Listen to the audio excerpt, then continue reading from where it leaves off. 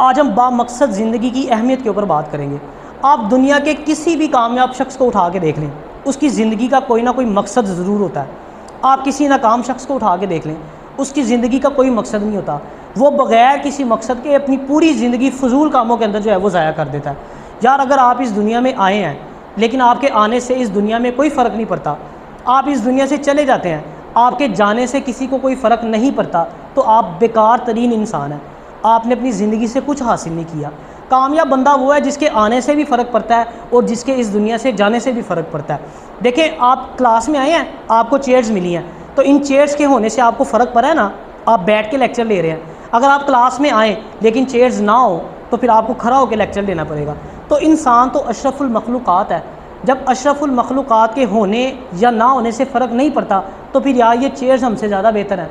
जिनके होने ना होने से तो कम से कम फ़र्क तो पड़ता है कि नहीं पड़ता। तो इसलिए आपकी ज़िंदगी का कोई ना कोई मकसद ज़रूर होना चाहिए।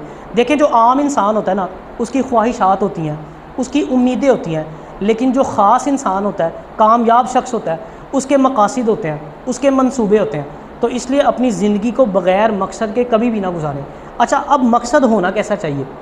एक बात याद रखिएगा, कोई भी ऐसी चीज़ जो आपकी ज़रूरत है वो आपके मकसद में शामिल नहीं होनी चाहिए। मिसाल के तौर पे गाड़ी, आप कहते हैं जी मेरा मकसद है गाड़ी हासिल करना, तो ये आपकी ज़रूरत है। पैसा आपकी ज़रूरत है, घर आपकी ज़रूरत है। ये चीज़ें आपके मकासद के अंदर शामिल नहीं होनी चाहिए। अगर आप इसको अपना मकसद बनाएंगे तो फिर एक दिन आपने ये चीज़ हासिल तो कर ही लेनी है, उसके बाद क्या करेंगे? पैसा आज नहीं है, कल आ जाएगा आपके पास। गाड़ी नहीं है अभी नहीं, 5 साल बाद, 5 साल बाद नहीं, 10 साल बाद, 10 साल बाद नहीं, 15 साल बाद आपको गाड़ी मिल जाएगी। उसके बाद क्या करेंगे? अकेले रह जाएंगे, डिप्रेशन का शिकार हो जाएंगे, क्योंकि ज़िंदगी का कोई मकसद ही नहीं होगा। मकसद ऐसा होना चाहिए जो मरते दम तक आपके साथ रहे। इसकी मिसाल हमें नबी अलैहिस्सलातु वस्सलाम की ज़िंदगी से मिलती है। आपका मकसद था क़यामत तक आने वाले हर इंसान तक अल्लाह पाक का पैगाम पहुँचाना। अब मुझे बताएं, ये कभी मकसद ख़त्म होने वाला है?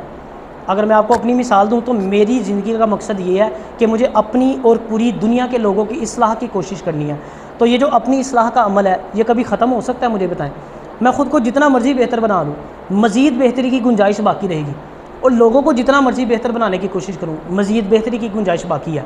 ये तो नहीं हो सकता कि मैं आपको एक दफ़ा समझा दूँ, उसके बाद सारे समझ जाएंगे, कोई उल्टा काम नहीं करेगा कभी भी, सब इंसान के बच्चे बन जाएंगे। इम्प्रूवमेंट की ज़रूरत हमेशा बाकी रहती है। तो ऐसा मकसद होना चाहिए जो हमेशा मरते दम तक आपके साथ रहे। और एक चीज़ और, जब भी आप अपनी ज़िंदगी का कोई मकसद चूज़ करें ना, तो याद रखें मकसद ऐसा होना चाहिए जिससे ना सिर्फ आपको फ़ायदा हो, बल्कि उससे आपके घर वालों को फ़ायदा हो, आपकी सोसाइटी को फ़ायदा हो।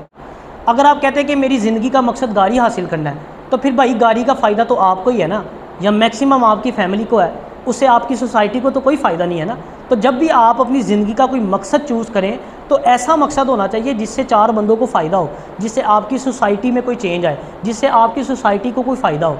लास्ट पे सिर्फ एक नसीहत करना चाहूँगा कि ख़ुद को अच्छा इंसान बनाएं। अब अच्छा इंसान होता कौन है? हम समझते हैं कि अच्छा इंसान वो है जिसके पास 4 पैसे हैं, जिसके पास कोई गाड़ी है, कोई अच्छा घर है, या जो 4-5 लाख वोट लेके पार्लियामेंट में आ जाता है, हम उसको अच्छा समझते हैं।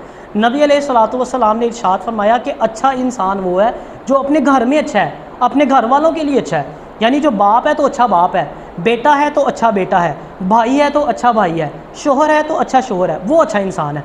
हमारा इखलाक बाहर बहुत अच्छा होता है, हम बाहर के लोगों के लिए बहुत अच्छे हैं, घर में हम सबसे बुरे होते हैं। तो एक अच्छा इंसान बनना है, घर से शुरू करना है।